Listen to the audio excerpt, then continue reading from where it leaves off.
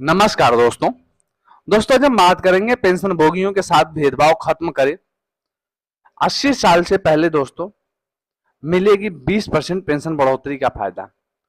अभी के नियम के अनुसार जो पेंशन भोगी 80 साल की उम्र पूरी कर लेते हैं तो उनको बेसिक पेंशन में 20% की बढ़ोतरी की जाती है और जो वर्तमान की बेसिक पेंशन है उसमें 20% एडिशनल पेंशन देकर उनकी नई बेसिक पेंशन निर्धारित की जाती है और उनके ऊपर महंगाई भत्ते का भुगतान किया जाता है। लेकिन अब इस भेदभाव को खत्म किया जाएगा और 80 साल से पहले मिलेगी दोस्तों 20% पेंशन बढ़ोतरी का फायदा।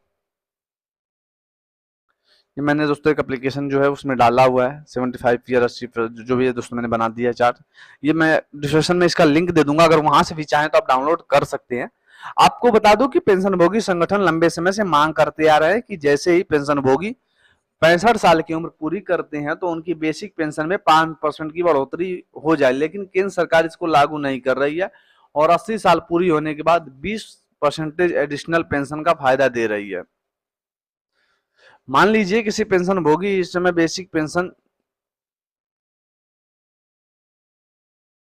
18,600 है तो 20% एडिशनल पेंशन देने के बाद उसकी नई बेसिक 22,320 रुपए हो जाएगी और इस नई बेसिक के ऊपर इस समय महंगाई भत्ता 50% है तो 50% डीए का भुगतान करके उसको हर महीने 33,480 रुपए दिया जाएगा। इसी प्रकार 85 साल होने पर उसकी बेसिक पेंशन में 30% की बढ़ोतरी हो जाती है और जैसे ऊपर बताया गया है कि उस प्रकार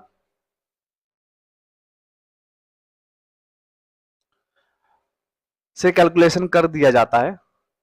हाई कोर्ट का दोस्तों आया था फैसला। आपको बता दूं कि मद्रास हाई कोर्ट ने गुवाहाटी हाई कोर्ट और दिल्ली कैट फैसला दे चुके हैं।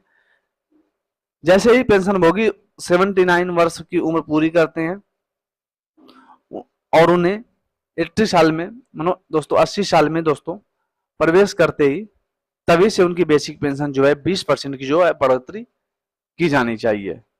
लेकिन केंद्र सरकार को इसको नहीं मानती और 80 साल पूरी होने के बाद ही पेंशन में बढ़ोतरी का फायदा देती है। इसके साथ आपको बता दूं कि संसदीय समिति ने सिफारिश की है कि पेंशन भोगियों की पेंशन में हर 5 साल पर 5% की बढ़ोतरी की जानी चाहिए। इसका फायदा 65 साल की उम्र से ही मिलना शुरू हो जाना चाहिए, लेकिन सरकार अभी तक इसको लागू नहीं कर सकी और भविष्य में लागू करने के संकेत भी नहीं दिखाई दे रहे हैं। न्यायिक प्रक्रिया से जुड़े पेंशनधारकों के लिए अलग नियम।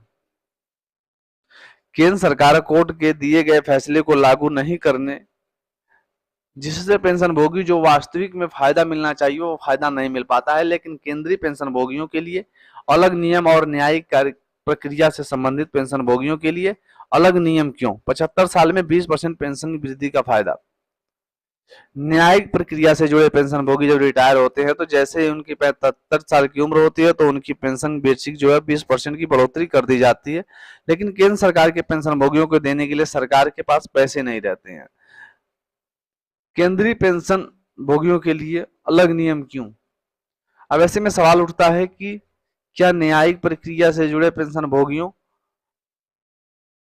असमान आते हैं तो उनको अलग तरह से ट्रीट क्यों किया जाता है? उसके लिए अलग नियम और बाकी के लिए अलग। पेंशन भोगियों के लिए अलग अलग नियम क्यों है? जहां पर एक तरफ 80 साल पूरी होने के बाद 20% की बढ़ोतरी का फायदा न्यायिक प्रक्रिया से जुड़े पेंशन भोगियों को दिया जाता है, वहीं केंद्रीय पेंशन भोगियों के लिए कोर्ट के आदेश को नहीं माना जाता है। इस भेदभाव को दोस्तों खत्म किया जाए।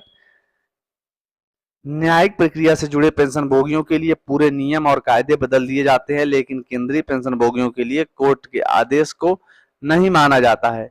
आखिर यह भेदभाव कब तक चलेगा? इस भेदभाव को सुधार करने के लिए सभी पेंशन भोगियों के साथ न्याय करने की जरूरत है।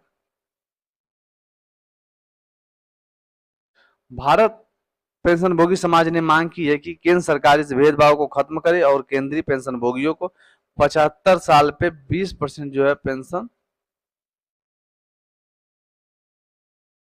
बढ़ोतरी का फायदा दिया जाए।